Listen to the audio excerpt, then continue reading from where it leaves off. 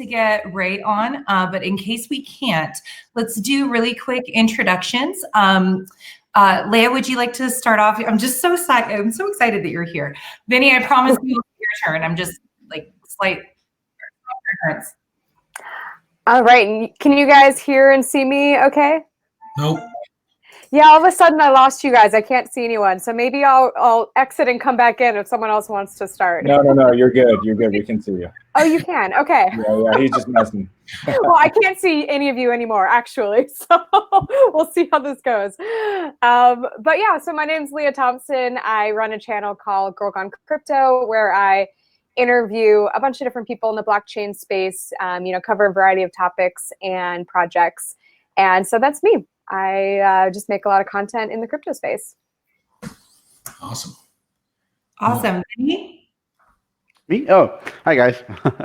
I'm Vinny Lingham. I'm the co-founder CEO of Civic. Been in the crypto space for a long time, since my previous company, Gift, which is a mobile gift card platform, one of the first to accept Bitcoin. Civic's currently working on a safer digital wallet, but based upon our identity platform that we've built. And so, very quickly, we're the first company to announce a non-custodial multi-sig crypto wallet with $1 million protection guarantee. So you can keep custody of your own digital currency, and you're protected by a financial guarantee from Lloyd's of London. Should something ever happen to Civic or your keys, you can always recover those funds. So that's busy rolling out right now. That's a quick intro. Awesome. Robert Beadles, Christian husband, father, built one of the largest service companies in California, the co-founder and builder of Monarch Wallet and Monarch Pay, and happy to be here with y'all. Yeah, good to see you, Robert. I think last time I saw you was World CryptoCon. So I was messing with you when you said, "Can you hear me?" I'm like, "Nope." That's so funny because it really went blank for a second, but you guys are all back now, so it's great. What's up, Kyle? Hey, Kyle. What's up, Robert? What's up, Kristina? Hey, Leah. All right. So in a nutshell, I would really just love to dig into all things digital custody. It is such a huge topic.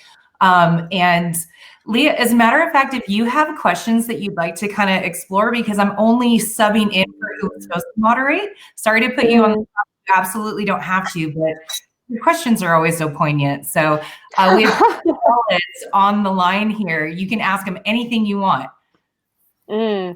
So I guess maybe a question that I think would be interesting, since it is such a big topic, is what does digital custody mean to you? Like what, maybe more specifically, what aspects or things of it are we wanting to talk about today? Well, for me, digital custody would be for the customer, not for the service provider. The idea behind crypto is for you to own your own crypto, own your own keys.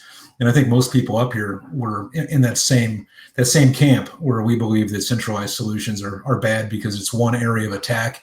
People that hack it could steal all the people's funds, like we've seen billions of dollars disappear overnight from all these centralized exchanges, where I think most of us here with our solutions, they're all decentralized, meaning that the customer is in charge of their digital assets. And I think that's pretty much the drum that we all beat here. Mm-hmm. I'll jump in. For me, it's digital custody. For me, is giving people the ability to control their wealth, their funds, their assets, without anyone being able to take away that right. Okay, so no bank can give your fund a haircut. No government can cut your funds down. No one can take away, especially on an individual level. I think it's okay in the sense that someone comes to your house and takes it from you. There's nothing you can do about it, but you cannot do it systemically, right? You cannot say with one touch of a button everyone's going to lose 20% of their funds, like the way the banking system does it. So individually we're at risk, sure, but collectively we can own and control our personal assets in a way that no one else, with a right that no one else can take away. And so when we look at custodianship versus non-custodianship, and for example, I mean, I'll do a quick example. Exchanges today, if your funds are sitting in an exchange and they're regulated by a government could come and take those funds, not your keys, not your crypto.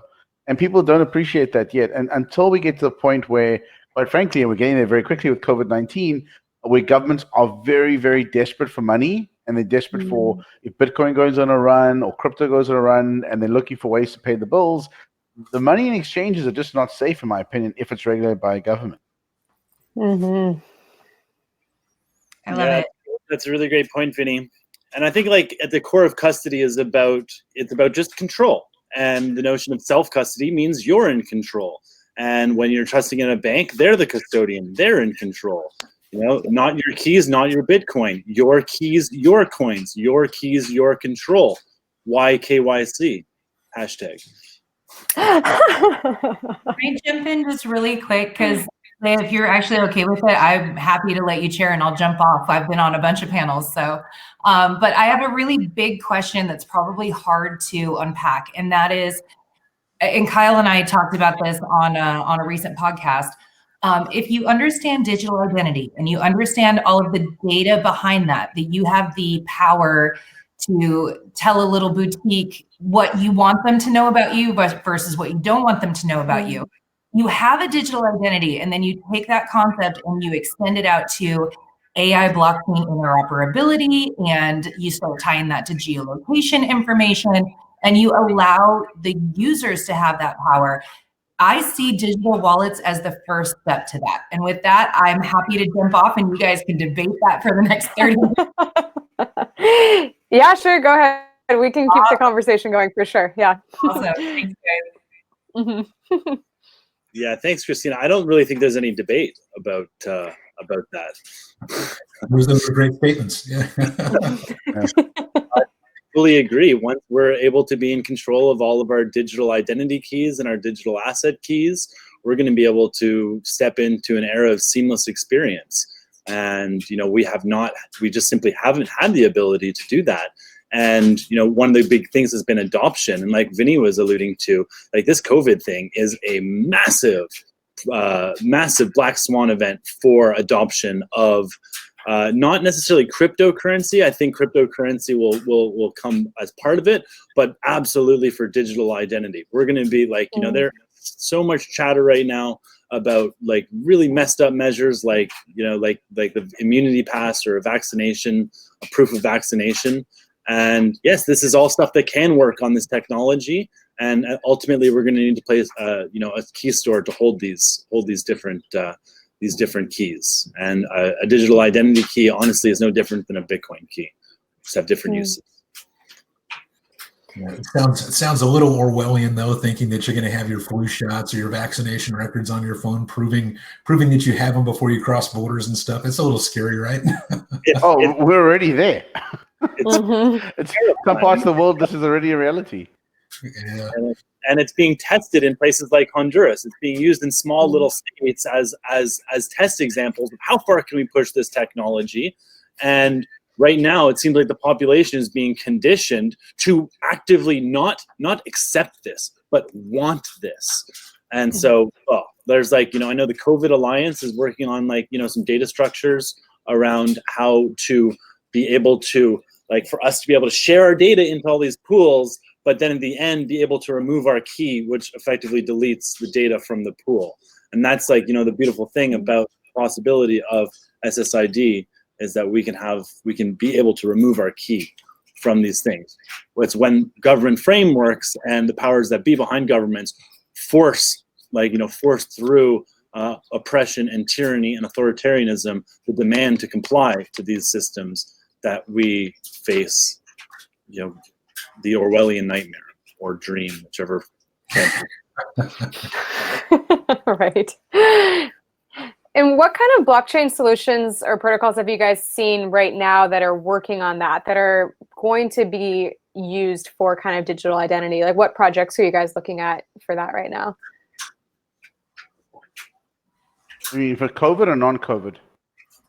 I guess it could be either. Yeah. I mean, in the COVID realm, what we're looking at, look, we're trying to stay out of this as much as possible. But I think what's interesting is that if we can give people the ability to store their own COVID results and share it when they choose with whom they choose, we think that's a kind of important use case. The only problem is that governments are, I mean, Apple and Google just announced that they're going to be doing this with your permission and increasing the size of their database about your health status.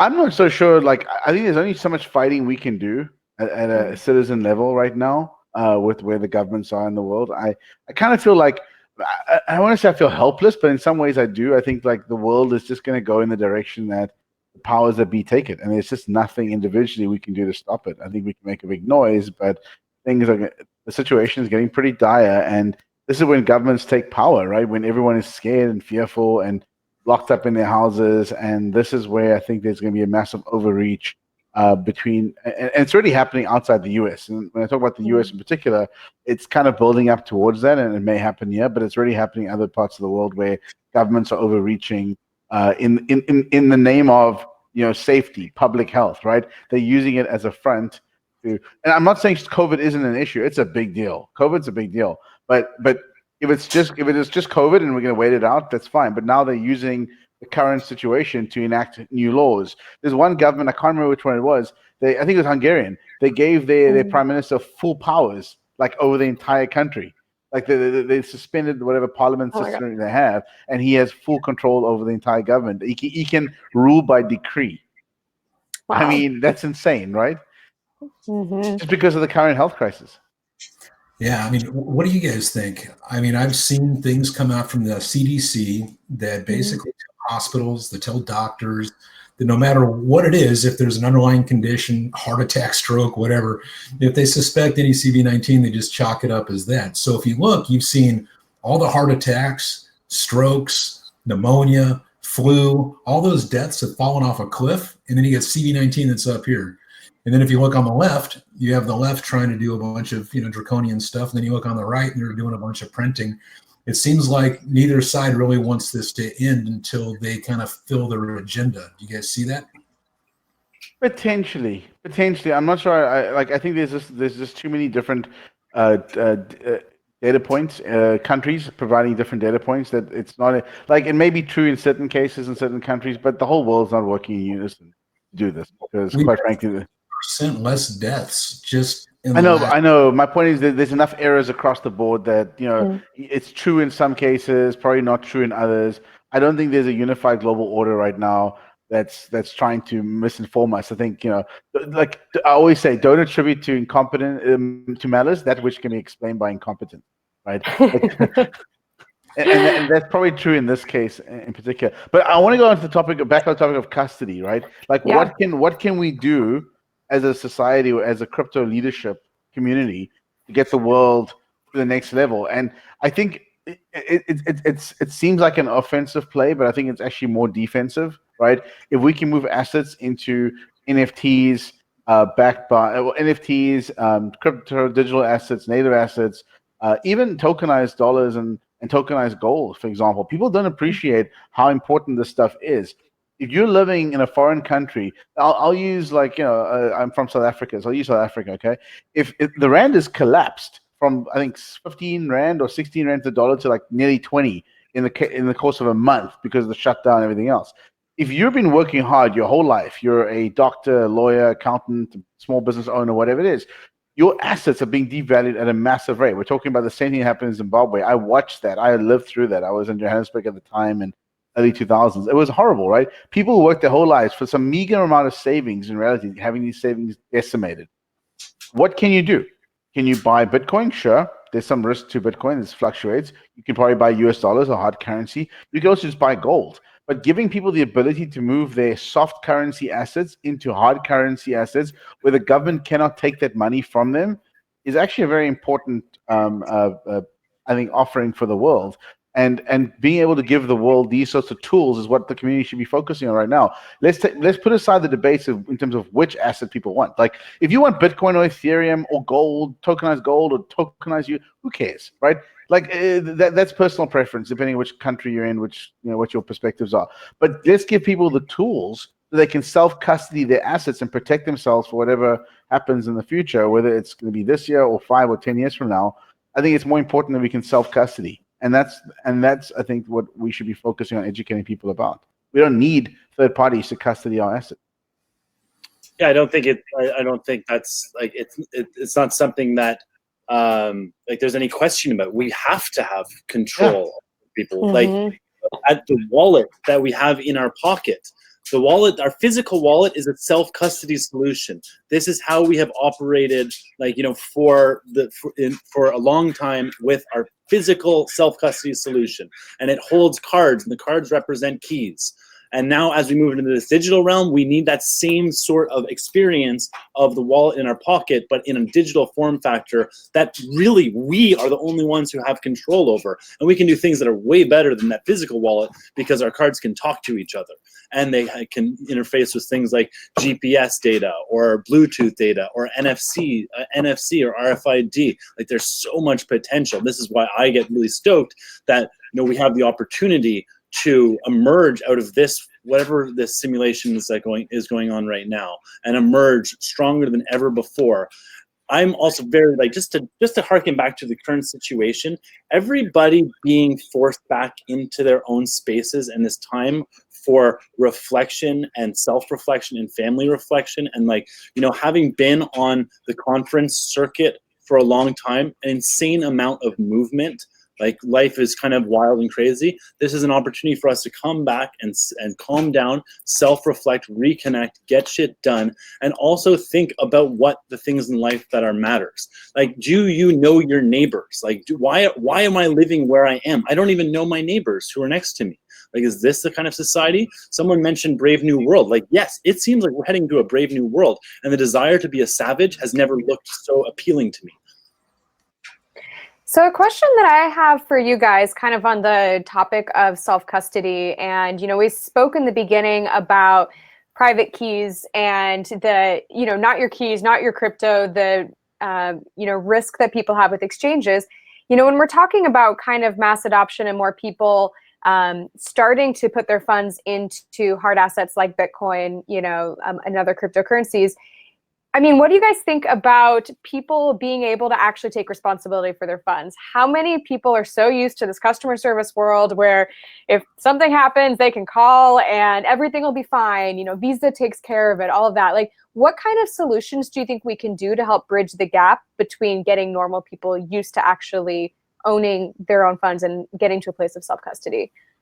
Yeah, you're going to have just a streamlined user experience because, at Monarch, we get the silliest questions all the time from people that come into crypto and they don't understand just the basic fundamentals. So you have to just, like it's been said a million times, you don't understand how the internet works, you just use it. And so this has to be the same thing, kind of like using your bank account. And with Monarch, you bring all the best services and finance into one location that they don't have to be a blockchain engineer or some kind of cryptocurrency expert to understand. But one thing people do need to understand is they're like, hey, wait a minute, I bought $100 of Bitcoin yesterday, now it's $75. What happened? You steal my money? It's like, no, dude, it's volatility. We don't touch it. It's simple things like this that people don't understand in the crypto space or people coming into the crypto space. And so that's why I think there's a really big future for real, true stable coins. I mean, you already know in the CARES Act, they're coming out with digital money, right? They're coming out with a digital dollar. This is going to be paramount for adoption for us because we can keep talking about how great Bitcoin is, how great Ethereum is, all this stuff. But if it's going up and down and it's mostly used for speculation, nobody's going to use it in commerce. And so there's a real need for some, like a really true stable coin that's backed by a basket of currencies of sorts. And I think that's what we really need, and a dumbed down user experience for people to use it without having to know what blockchain is. And this is back to my point about, like, we shouldn't tell people what currency they need to put their money in. Some people can't tolerate the volatility of Bitcoin. That's like, and everyone needs to have their own portfolio of assets. The important thing is that it should be non-custodial, and like we focus as a company on recovery, right? People always ask like there was a comment here in the chat, what happens if you lose your ledger? This is what is so important about creating non-custodial solutions that, like, dumb it down for the average man in the street. Like, I literally tell people they can throw their phone in the toilet and we'll recover their funds. And there's $1 million insurance policy on that. And so that's what people, and there's no seed phrase behind the wallet infrastructure. And so you don't have to remember anything. You set up your wallet, put your funds in there, and so these are the types of solutions we should be pushing. I'm supportive of any non-custodial solution Some solutions are more advanced than Civic in the sense that it's more sophisticated, that you can control more keys, etc. And that's fine for really high-end users who get it and are crypto savvy. But then what about the people who don't appreciate all the stuff and they just want something that feels like a bank account? And so with us, you can move. We're focused on USDC. You can move your stable coins in there. You can hold it as US dollars in that account, and that serves the purpose perfectly. No seed phrases. It's a multi-sig wallet. It just works like a crypto Venmo. Everyone's different, and there's going to be a need for lots of solutions. But as an industry, we need to move towards whatever market segment you're targeting, getting solutions built that are out there, that are stable, that work. That if you look at the global money supply right now, $90 trillion is the global money supply. Okay, 92% of that 90 is sitting in bank accounts. Only 8% sits in cash. There's only about $8 trillion in cash worldwide. The rest sits in bank accounts, and like this is nuts. So crypto is like $100 billion, $200 billion industry at most, and so we have a long way to go before people feel comfortable moving money out of USD to USDC or BUSD or whatever it is. And like I'm moving funds into USDC. Because why leave them in a bank account where anything can happen, right? And whether it's a foreign bank account or a local bank account, doesn't matter. They can be run in the bank. Like I know any funds in my Civic wallet, I have access to at any point in time. Those tokens are there. It's guaranteed. No bank can haircut it, etc. And whether I have it in that or other wallets, it doesn't matter. And other things, people need multiple wallets. I mean, you should never have all your eggs in one basket either. You should have one wallet, a hot wallet, maybe a cold wallet, maybe a backup wallet. It's okay. Everyone has a different risk profile and appetite and different amount of funds. Yeah, there you go. Swiss wallet. So this is like your hot wallet. You can put a little bit on, put identity on too, and be able to like tap and pay with them. I totally agree with Vinny. We're going to need multiple wallets. Like it's not all about centralizing your risk in one point.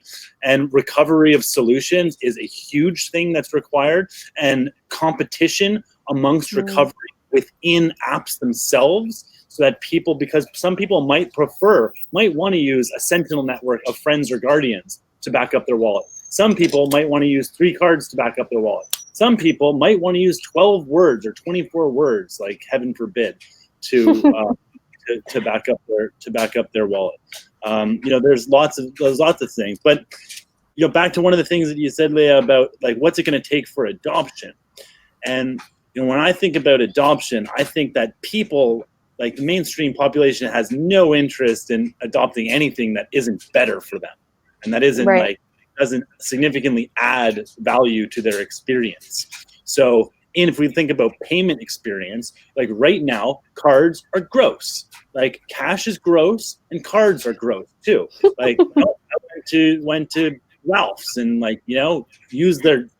Basically was able to not touch anything, but then when I wanted to actually pay, I had to stick the card in the machine and touch it. So sign with your finger. Yeah, and we're all self-isolating. We're doing a great job self-isolating, but then we're all being channeled into this mega store. We're all touching the same fucking keypad. Like gross. So anyway, that's an example of the keyless opportunities. And then more than that, if we think non-code related, just the ability for NFTs and when you create this digital connection in terms of a payment experience, I can be at Ralph's. I can use that self-checkout, and then when I pay, it instantly sends me the NFTs for every item I purchased, which could include things like date of expiry, which I could then plug into, which I could then link to my fridge app or my my pantry app that tells me all the shit that I have in my wallet. And these are things that are possible with this digitization. And then there's going to be awesome people who build out amazing solutions that tackle all this. But at the core is self-custody. At the core is needing a place to hold your keys, trigger your keys, to be your super app, to be your crypto command center. Yeah, I think this is just getting more and more complicated as far as the way we explain things, and trying everything that you just said makes sense to people in blockchain. But can you imagine telling your grandma that, telling some 40, 50-year-old that's never used Bitcoin, everything you just said, it's just all these layers, all these rules. It just has to be something that works, man. It's just Facebook. On So, that hey point, guys, I'm so sorry to interrupt. We need to wrap this one up. We have another panel. As you know, we're about a half hour behind. But I'll give you guys each maybe 30 seconds just for final thoughts, if you wouldn't mind. Man, they're running late. Why is it our fault? so I've got Try to be fair to everyone. I got a 99-year-old grandfather. He's like, I don't know how to use the Bitcoin. I was like, Erpy, like I can just give you this card and I can know his address, and you'll be able to go places and tap to pay with it, and you'll be able to get your groceries and pay, and then it'll come out, and the whole family can top up your card anytime you want. Like, oh, that would be nice. They're not going to know. They're just going to tap and use, and it'll work. All right, Beadles, you're up, and then me and we'll let Vinny close out. How about that? Yeah, we just got like 30 seconds. So yeah, everybody, be careful out there. Educate yourself as much as you can. Take this time to grow stronger with family and friends, and self-educate. Try to, do more, be more for your family. So when all this stuff is over, you'll be a better person for it, and manage your risk. Right now, there's a lot of opportunities to make a crap ton of money, and there is a lot of opportunities to lose a crap ton of money. So make sure you educate yourself, peeps. So God bless y'all. Love you. Awesome. To kind of echo that, self-education, I think Bitcoins and just the crypto space in general is poised to be in a very good position right now, where people are starting to question the value of more of their soft funds of the fiat, and starting to look at more hard money like gold and Bitcoin and saying, hey, maybe this is a viable option. So personally, I'm really, really excited for where the space is going, and just really grateful to have been on this panel with all of you guys. Great seeing you as always. All of you. From my side, the only bit of advice I give everyone is just diversify. Like that's the secret to navigating through high risk times. Make sure you use multiple devices, multiple wallets, multiple bank accounts, multiple cryptos, multiple assets in your portfolio. Just make sure. Don't over diversify to the point where you can't manage it all. But at least have ways to know that if your eggs are in one basket, make sure you're watching the basket very carefully. Otherwise, try not to do that. Good closing wisdom right there. All right. Well, I'm going to head off then. It was great. I think we're done. So great to see you guys. Till the next one.